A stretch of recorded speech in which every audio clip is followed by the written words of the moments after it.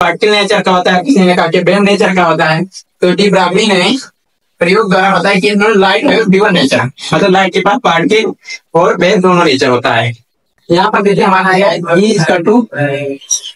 यह क्या पाया कि यह फोटॉन क्यों क्या पाया। यहाँ पर देखिए की वैल्यू यहाँ निकालेगा तो यह इक्वल टू हो जाएगा सी बाई लैम्डा, ये लैम्डा इधर है तो डिवाइड हो जाएगा, तो हमारा हो जाएगा यहाँ इनटू यह यहाँ देखिए सी बाई लैम्डा। अब ये लाइट निकालेंगे एनर्जी ऑफ लाइट तो हमारा यहाँ देखिए सी अपान लैम्डा हो जाएगा, सी अपान हो जाएगा। ठीक है, ये हमारा एग्रीमेंट।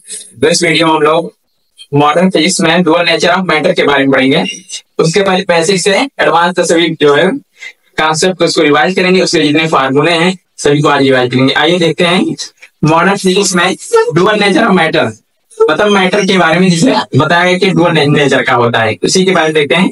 पहले यहाँ पर देखिए एक साइंटिस्ट है न्यूटन, 1670 में इन्होंने बताया कि लाइट के बारे में। देखिए अलग अलग साइंटिस्ट आए लाइट के बारे में अलग अलग जो है लोग बताए, कोई का पार्टिकल नेचर होता है, कोई वेव नेचर का, कोई किरण के रूप में कहा। तो आइए देख लेते हैं पहले न्यूटन ने क्या बताया था। उन्होंने 1670 में कहा कि लाइट इज ए पार्टिकल कॉर्पसन, मतलब लाइट जो हमारा पार्टिकल कण के रूप में होते हैं लाइट, जो कि हमें रिफ्लेक्शन ये सब शो करता है। ठीक है, लाइट के बारे में बताया। उसके बाद हाइजेंस लाए 1690 में, इन्होंने बताया कि light is a mechanical wave, तो लाइट हमारा मैकेनिकल यहाँ से तरंग के रूप में होता है।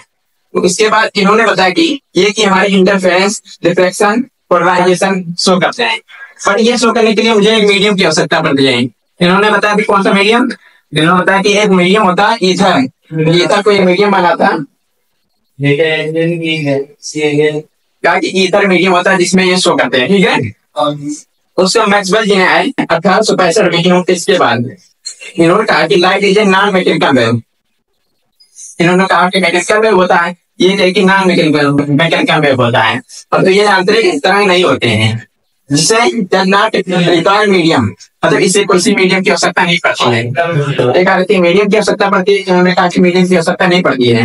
बट उसके बाद मैक्सवेल प्लांक ने आए, मैक्स प्लांक ने 1901 में इन्होंने कहा लाइट इज ए पार्टिकल, मतलब लाइट हमारा जो पार्टिकल के नेचर का होता है, कण के रूप में होता है, जो कि हमें फोटॉन के रूप में होता है।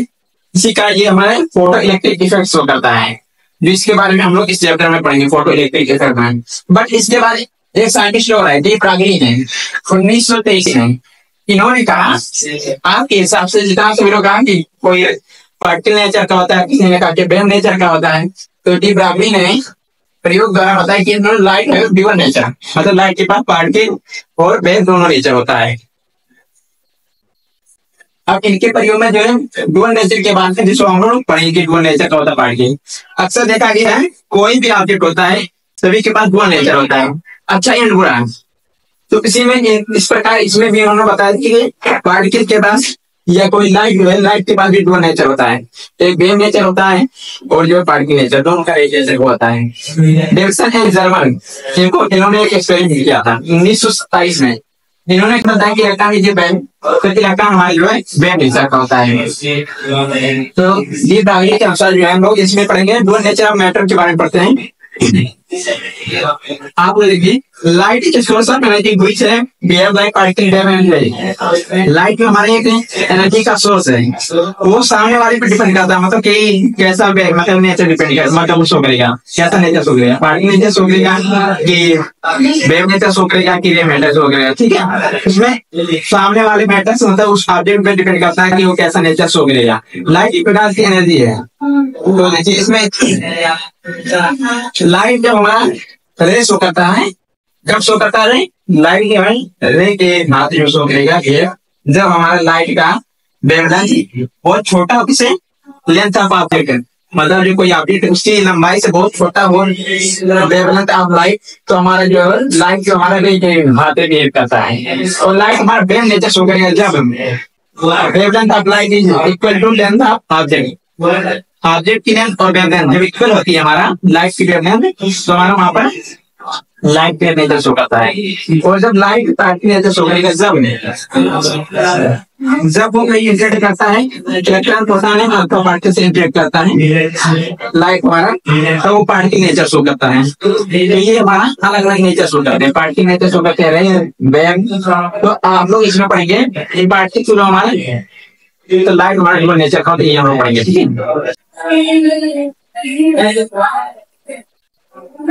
इसी पर मैं अभियान चला, एक मेरा यहाँ तक कंप्लीट हुआ, दूसरा चालू गया। देखिए यहाँ से लेके यहाँ तक जो हमारा एक वेवलेंथ कंप्लीट हुआ, ये हमारा एक वेवलेंथ हो गया, ठीक है। मान लीजिए एक वेवलेंथ कंप्लीट होने में कैपिटल टी टाइम लगा, तो हम लोग जानते हैं स्पीड बराबर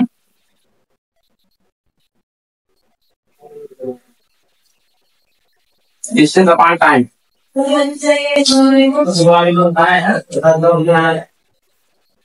देखिए speed equal to distance upon time होता है। स्पीड में देखिए इस प्रकार की वेव को हम लोग सी से करते जाते होते हैं। इसको लिखेंगे सी से, डिस्टेंस हमारा कितना चला लैम्डा, टाइम कितना था कैपिटल टी, और हम लोग जानते हैं 1 upon capital T equal to होता है, या फ्रीक्वेंसी इक्वल टू होता है 1 upon T, 1 upon T equal to frequency. तो यहाँ पर देखिए लैम्डा इंटू 1 अपॉन टी लिखा है, इसी को देखिए लैम्डा ऊपर लिखा है 1 अपॉन टी है, तो 1 अपॉन टी यहाँ पर क्या लिखेंगे लोग, ये फ्रीक्वेंसी, तो लैम्डा एफ हो जाएगा, इधर सी है, सो सी इक्वल टू लैम्डा एफ, ये हमारा काम हो गया, सी इक्वल टू लैम्डा एफ। हम लोग पढ़ेंगे पी क्यू टी, आगे प्लान क्वांटम थ्योरी पाएंगे, plan quantum theory. Plan quantum theory में हमने बताया कि प्लान ये बताया था कि पहले देखते थे, देखिए हमारा लाइट जो हमारा पार्टिकल नेचर को होता है, लाइट में बहुत छोटे छोटे पार्टिकल से मिलने, लाइट हमारे छोटे छोटे पार्टिकल से कैसे बने होते हैं, जिसे कहते हैं फोटॉन। तो हम लोग फोटॉन के बारे में, छोटा छोटा पार्टिकल के बारे में जैसे बना है, इसको कहेंगे फोटॉन। ये फोटॉन, ये एक फोटॉन है। ये तो हम लोग पढ़ते हैं इसमें एक फोटॉन की एनर्जी जो मैंने बताया था कि एक फोटॉन की एनर्जी डायरेक्टली प्रोपोर्शनल होता है हमारे फ्रीक्वेंसी की, जितने ज्यादा फ्रीक्वेंसी उतनी ज्यादा एनर्जी होगा, लाइट की जितनी ज्यादा फ्रीक्वेंसी उतनी ज्यादा एनर्जी होगी। तो ये इक्वल टू देखिए डायरेक्टली प्रोपोर्शन फ्रीक्वेंसी बताए थे, ये प्रोपोर्शन हटेगा तो ये इक्वल टू एक कांस्टेंट आता है एनर्जी, जिसे कहते हैं प्लांक कांस्टेंट आता है, ये इक्वल टू ये हो जाता है। ये हमारा क्या प्लांक कांस्टेंट है,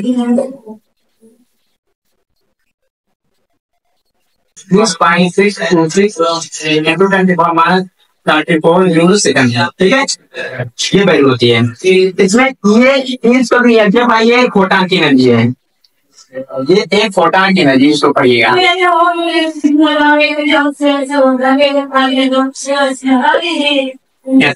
ये फोटॉन की एनर्जी है, लाइट की एनर्जी नहीं है। जब लाइट एनर्जी कहते हैं, देखिए कई छोटे छोटे पार्टिकल से मिलकर लाइट बनी है, इसमें देखिए लाइट की एनर्जी के लिए लिखेंगे, मानिए यहाँ जो है पार्टिकल मिलकर बनेगा, पार्टिकल से निकल हैं लाइट, तो यहाँ एनर्जी हो जाएगा इसमें। ये हमारी फोटॉन की जो है एनर्जी का फार्मूला है, तो जब लाइट से लिखेंगे यहाँ एनर्जी हो जाएगा। अगर यहाँ नंबर ऑफ फोटॉन मिलकर बने हैं, तो ये हमारा प्लस हमारा फ्रीक्वेंसी है, यहाँ नंबर ऑफ पार्टिकल्स है, मानिए एनर्जी दे दिया और फ्रीक्वेंसी ले लिया, क्या कि नंबर ऑफ पार्टिकल्स याद कीजिए, तो यहाँ पे क्या हो जाएगा। तो इतना तो याद किया, दूसरा हमारा क्या, जब नंबर ऑफ पार्टिकल्स ले दिया तो उसमें एनर्जी हो जाएगा, एनर्जी आपकी लाइट है, एनर्जी ऑफ फोटॉन है। आगे देखते थे हम लोग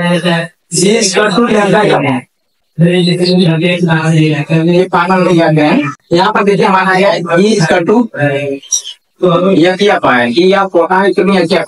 यहाँ पर देखिए हो जाएगा सी बाई लैम्डा, ये लैम्डा इधर डिवाइड हो जाएगा, तो हमारा हो जाएगा यहाँ सी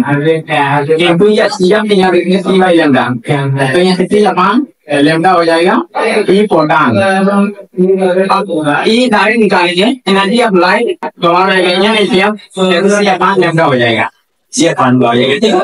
ये हमारा हो गया कि सी अपान लैम्डा, ये फार्मूला की लाइट इक्वल टू यानी सी अपान लैम्डा हो गया, ये लाइट की एनर्जी की फार्मूला हो गया। इसमें देखिए ये सी वैल्यू पता है, सी की वैल्यू होता है कितना, 3.8 मीटर पर सेकंड होता है, कितना होता है। इसमें दो वैल्यू रखेंगे, इसमें देखिए और सी का वैल्यू रखेंगे तो हमारा आता है एफ सी की वैल्यू होता है जूल मीटर होता है, ठीक है। अब जब ये टीपी हो जाएगा हमारा 2 into 10⁻⁻25 लैम्डा हमारा कितना मिलेगा, मीटर मिलेगा, ठीक है। यहाँ पर जूल आ जाएगा, इतनी आएगा, ठीक है, इतना एनर्जी आएगा हमारा। ये इलेक्ट्रॉन वोल्ट नहीं दे रहा है। अब कोई इलेक्ट्रॉन वोल्ट है कोई चेक करने जो कोई इलेक्ट्रॉन वोल्ट तो हमारा एक इलेक्ट्रॉन वोल्ट होता है 1 electron volt equal to 1.18 electron volt. ये नॉर्मल वैल्यू आती है इलेक्ट्रॉन वोल्ट का 1.6 न्यूटन के पावर -90 जो होता है। जब ये जोड़ निकालने तो आता है 6.25 न्यूटन के पावर 88 मान लीजिए 33 इलेक्ट्रॉन वोल्ट बताएं। जब ये वैल्यू रखेंगे हम लोग यहाँ पर तो हमारा आ जाएगा ये इक्वल हो जाएगा जो हम लोग इलेक्ट्रॉन वोल्ट चेंज करेंगे तो हमारा हो जाएगा 12,400 ये इलेक्ट्रॉन मिलेगा। ठीक है इलेक्ट्रॉन वोल्ट तो वैल्यू आएगी हमारी ये फॉर्मूला एकदम इसी फॉर्मूला लगाते हैं। अगर ये एंगस्ट्रॉन में नैनोमीटर में तो पर 1 किलो खत्म हो जाएगा तो हो जाएगा हमारा 12 नैनोमीटर में। ठीक है एंगस्ट्रॉन नैनोमीटर का -9 ठीक है इलेक्ट्रॉन वोल्ट करेगा कितना हो जाएगा। इसमें देखिए C equal to lambda F पढ़ चुके हैं। इसमें बताए थे हम लोग C equal to lambda F होता है और E energy of photon equal to F और एफ की वैल्यू जब यहाँ से निकालेंगे तो C बाई लैम्डा हो जाएगा तो रखेंगे C upon lambda. Energy of light के लिए हमने बताया था यानी एच होता है और इसको रखेंगे तो हो जाएगा C अपॉन लैम्डा हो जाएगा। इसमें देखिए एक वेवलेंथ ऑफ रेड कलर का हमारा वेवलेंथ होता है 700 नैनोमीटर और इसका जब एनर्जी निकालेंगे तो आता है 1.8 इलेक्ट्रॉन वोल्ट। इसी में देखिए लैम्डा की वैल्यू जब इसमें रख दें क्योंकि एस की वैल्यू पता है C की वैल्यू पता है तो हमारा जो यहाँ से एनर्जी ऑफ रेड निकल जाएगा। ठीक है लैम्डा ऑफ ब्लू कलर का जो हमारा जो है वेवलेंथ होता है 400 नैनोमीटर और एनर्जी ऑफ ब्लू कलर का होता है 3.1 इलेक्ट्रॉन वोल्ट। ये हमारी विजिबल लाइट है। इसके आगे अब हम लोग देखेंगे मास मोमेंटम ऑफ फोटॉन का मास और मोमेंटम के बारे में पढ़ेंगे। मोमेंटम हमारा होता है P बराबर mv होता है। देखिए P इक्वल टू होता है हमारा P मतलब मोमेंटम को दर्शाते हैं P equal to m into v होता है। अब इसमें देखिए प्रकाश की चाल को या वेग को दर्शाते हैं C से तो इसीलिए यहाँ से हो जाता है P equal to m into C हो जाता है। अब हम लोग जानते हैं एनर्जी का होता है E equal to m c square होता है। ये लोग पहले पढ़ चुके हैं E equal to m into C square होता है। अब यहाँ से यदि हम लोग C की वैल्यू ज्ञात करें तो C इक्वल टू हो जाएगा हमारा E इक्वल टू लिख सकते हैं mc इंटू C। देखिए C की वैल्यू जब निकालेंगे तो हमारा हो जाएगा यहाँ से C equal to E upon m into C हो जाएगा या mc की वैल्यू जब निकाल दें यहाँ से देखिए यहाँ पर देखिए mc है यहाँ से mc की वैल्यू निकालेंगे तो हो जाएगा हमारा mc equal to E upon C हो जाएगा। अब यही mc जो है यहाँ पर रखेंगे जब तो P इक्वल टू हमारा हो जाएगा P इक्वल टू mc क्या है E अपॉन C है तो E अपॉन C हो जाएगा P equal to E upon C या इसी को क्रॉस मल्टीप्लिकेशन करें तो E इक्वल टू हो जाएगा P इंटू C। देखिए इसमें देखिए हम लोग एनर्जी की formula P into C P मतलब E इक्वल टू हम लोग जानते हैं क्योंकि E इक्वल टू होता है यहाँ तो F होता है E इक्वल टू यहाँ से P equal to E upon C आ गया। अब देखिए E इक्वल टू हमारा होता है यहाँ F अपॉन C हो जाएगा C नीचे है और F इक्वल टू जब यहाँ से F की वैल्यू निकालेंगे तो हो जाएगा F equal to C by lambda हो जाएगा। ठीक है तो यहाँ से F इक्वल टू हो जाएगा C अपॉन लैम्डा और C नीचे एक से पहले है F की वैल्यू यहाँ से नीचे रखेंगे तो यहाँ से C से C कैंसिल होगा तो बचेगा यहाँ अपॉन लैम्डा केवल। तो हमारा P इक्वल टू आ गया हमारा E अपॉन C या इक्वल टू होता है यहाँ अपॉन लैम्डा होता है। इतना फार्मूला हो गया। अब इसमें देख लेते हैं। देखिए यहाँ से हमने बताया कितने फार्मूले आ गए हमारा आगे P equal to E upon C equal to C upon lambda आ गया। उसके बाद देखिए एक आया था हमारा P बराबर mc या P इक्वल टू हो गया था हमारा E इक्वल टू PC इतना आ गया था। उसके बाद देख लेते हैं हम लोग E equal to mc square होता है E equal to mc square होता है इतना होता है। E इक्वल टू हम लोग जानते हैं क्योंकि होता है C upon lambda C upon lambda equal to हो जाएगा mc स्क्वायर हो जाएगा। m की वैल्यू याद करेंगे तो m इक्वल टू हो जाएगा हमारा यहाँ से C से C कैंसिल होगा तो हमारा हो जाएगा m equal to h upon C into lambda हो जाएगा m equal to h upon C into lambda हो जाएगा। अब ये फार्मूला देखिए एक फार्मूला ये आ गया इतना ये आ गया E equal to HF equal to होगा HC अपॉन लैम्डा इतना पढ़े हैं। अब इसका हम लोग ग्राफ देख लेते हैं E और ई और एफ में ग्राफ देख लेते हैं, एनर्जी और फ्रीक्वेंसी में ग्राफ। देखिए ई डायरेक्टली प्रोपोर्शनल है एफ के फ्रीक्वेंसी के, इसी में ग्राफ देखेंगे तो इसका डायरेक्टली प्रोपोर्शनल एफ है, जितनी फ्रीक्वेंसी बढ़ेगी उतनी एनर्जी बढ़ेगी। अब हम लोग एनर्जी और लैम्डा में देख लेते हैं, एनर्जी तथा वेवलेंथ में ग्राफ देख लेते हैं। देखिए इसमें एनर्जी और वेवलेंथ का जो है ये इनवर्सली प्रोपोर्शनल है, 1/λ लैम्डा है। मतलब जितने फ्रीक्वेंसी बढ़ेगी उतने लैम्डा कम होगा, या जितने एनर्जी रहेगी अधिकतम तो लैम्डा उतने कम होते जाएगा। एनर्जी जब हाई है तो इसकी लैम्डा की वैल्यू कम होती जाएगी, जितने एनर्जी हाई रही लैम्डा की वैल्यू कम होती जाएगी। ठीक है, इसका ग्राफ ऐसा बनेगा ई और लैम्डा में, क्योंकि ये इनवर्सली प्रोपोर्शनल है। और अगला हम लोग ग्राफ देख लेते हैं फ्रीक्वेंसी और लैम्डा में, फ्रीक्वेंसी और वेवलेंथ में। अब देखिए फ्रीक्वेंसी और वेवलेंथ का जो है रिलेशन देख लेते हैं, फ्रीक्वेंसी और वेवलेंथ ये भी देखिए एक दूसरे के इनवर्सली प्रोपोर्शनल। देखिए यहाँ फ्रीक्वेंसी और वेवलेंथ का, तो इसका भी ग्राफ देखिए, जितने फ्रीक्वेंसी अधिकतम रहेगी वेवलेंथ उतना कम रहेगा, तो इसका भी ग्राफ ऐसे बन जाएगा। ठीक है, तो हमारा ये एनर्जी फ्रीक्वेंसी का ग्राफ स्टेट था। एनर्जी और वेवलेंथ का ग्राफ जो है डिक्रीजिंग ऑर्डर में रहेगा, और फ्रीक्वेंसी और वेवलेंथ का भी डिक्रीजिंग रहेगा। अब हम लोग देखिए इतने पॉइंट हम लोग पढ़ चुके हैं, आगे हम लोग देखेंगे। अब आगे हम लोग देख लेते हैं photo electric effect. Photo electric effect देखिए, इसमें जब कोई प्रकाश की किरण, देखिए जब कोई लाइट हमारी, मान लीजिए कोई मेटल की प्लेट है, इस पे कोई जो है हमारा लाइट पड़ रही है।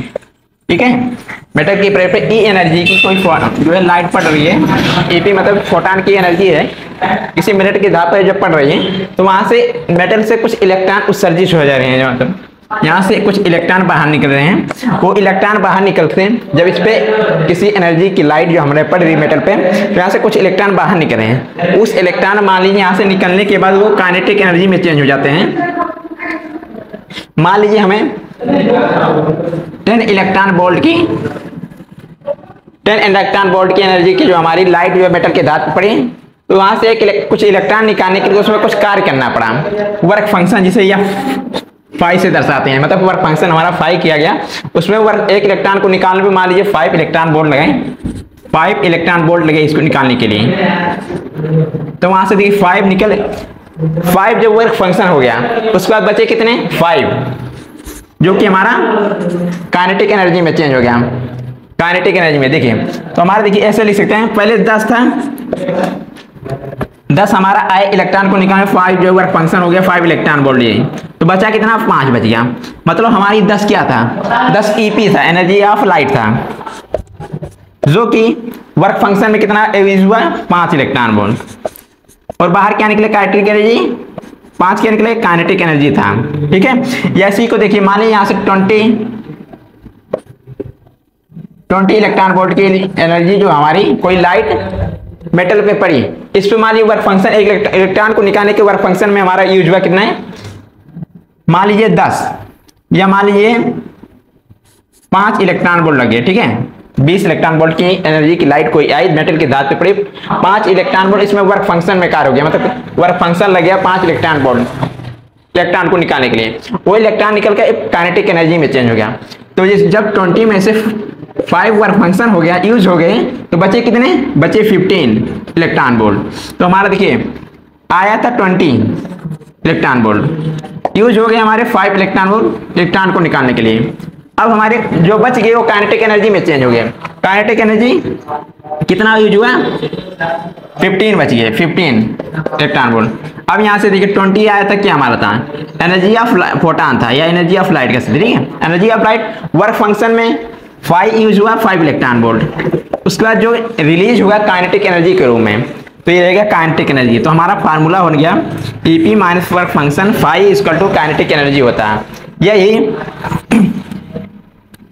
ईपी इक्वल टू हो जाएगा काइनेटिक एनर्जी प्लस 5, यही फार्मूला हम लोग कहते हैं। ये वर्क फंक्शन का फोटो इलेक्ट्रिक इफेक्ट का इसमें फार्मूला है। ईपी मतलब एनर्जी ऑफ लाइट है हमारा, ये energy of photon equal to kinetic energy plus work function. ये वर्क फंक्शन जो हमारा 5 होता है, 5 हमारा इक्वल होता है यहाँ एफ के इक्वल होता है, यहाँ एफ देखिए ई इक्वल टू क्योंकि होता है यहाँ एफ होता है। अब यहाँ से सब्ट्रैक्ट हो तो 5 ये हमारा हो जाएगा, यह चीज F0 लिखा जाता है। ये होता है थ्रेशोल्ड फ्रीक्वेंसी।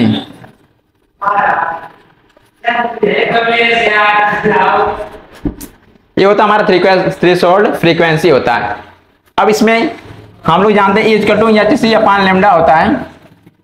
अब यदि इसको ये लैम्डा नॉट लिख देंगे तो हो जाएगा हमारा थ्रेशोल्ड वेवलेंथ, थ्रेशोल्ड वेवलेंथ हो जाएगा। इतना हो गया। अब आगे हम लोग देख लेते हैं हमारा formula EP minus phi equal to kinetic energy max. ठीक है, ये फार्मूला गया। और हम लोग जानते हैं E इक्वल टू HF होता है, तो फाई इक्वल टू हो जाएगा हमारा HF0 हो जाएगा, ये थ्रेशोल्ड फ्रीक्वेंसी है। और जब हमारा इसी लिखेंगे E इक्वल टू यहाँ से HC अपान लैम्डा नॉट लिखेंगे तो ये थ्रेशोल्ड वेवलेंथ हो जाएगा, थ्रेशोल्ड वेवलेंथ। ठीक है, अब आगे देखिए हम लोग जानते हैं, क्योंकि स्टॉपिंग पोटेंशियल किससे कहते हैं। स्टॉपिंग पोटेंशियल हमारे स्टॉपिंग पोटेंशियल देख लेते हैं। स्टॉपिंग पोटेंशियल हमारा होता है, मान लीजिए 5 इलेक्ट्रॉन वोल्ट की एनर्जी की लाइट कोई पड़ी, इसमें वर्क फंक्शन में यूज हो गया हमारा 2 इलेक्ट्रॉन वोल्ट, और बाहर काइनेटिक एनर्जी में 3 इलेक्ट्रॉन वोल्ट निकल गया, मतलब काइनेटिक एनर्जी के रूप में। तो इसी काइनेटिक एनर्जी को, मतलब जो काइनेटिक एनर्जी में इसको रोकने के लिए जितने इलेक्ट्रॉन वोल्ट की आवश्यकता है उसे कहते हैं स्टॉपिंग पोटेंशियल कहते हैं। ये 3 इलेक्ट्रॉन वोल्ट है तो हमारी स्टॉपिंग पोटेंशियल हो जाएगा 3 वोल्ट स्टॉपिंग पोटेंशियल। ठीक है, हो जाएगा 3 वोल्ट हो जाएगी स्टॉपिंग पोटेंशियल, तो हमारा ये हो जाएगा। तो हम लोग देखें अभी EP minus phi equal to kinetic energy max. अब ये kinetic energy electron stopping potential के बराबर हो जाता है, ये मतलब ये स्टॉपिंग पोटेंशियल लिखा है। अब हम लोग जानते हैं EP इक्वल टू, हम लोग क्या जानते हैं, HF माइनस ये होता है HF0 होता है equal to kinetic energy max equal to हो जाए स्टॉपिंग पोटेंशियल। कितना हो जाएगा। अब यहाँ से यदि हम लोग H को कॉमन करेंगे तो F माइनस F0 हो जाएगा इक्वल टू हो जाएगा kinetic energy max equal to EV stopping potential हो गया हमारा। और यही इसी में यदि हम लोग ऐसा लिखें HC upon lambda minus HC upon lambda not, EP हो जाएगी HC अपान लैम्डा, फाई हो जाएगी HC अपान लैम्डा नॉट। यहाँ से HC कॉमन करेंगे तो हमारा हो जाएगा 1 upon lambda minus 1 upon lambda not equal to kinetic energy max equal to हो जाएगा स्टॉपिंग पोटेंशियल,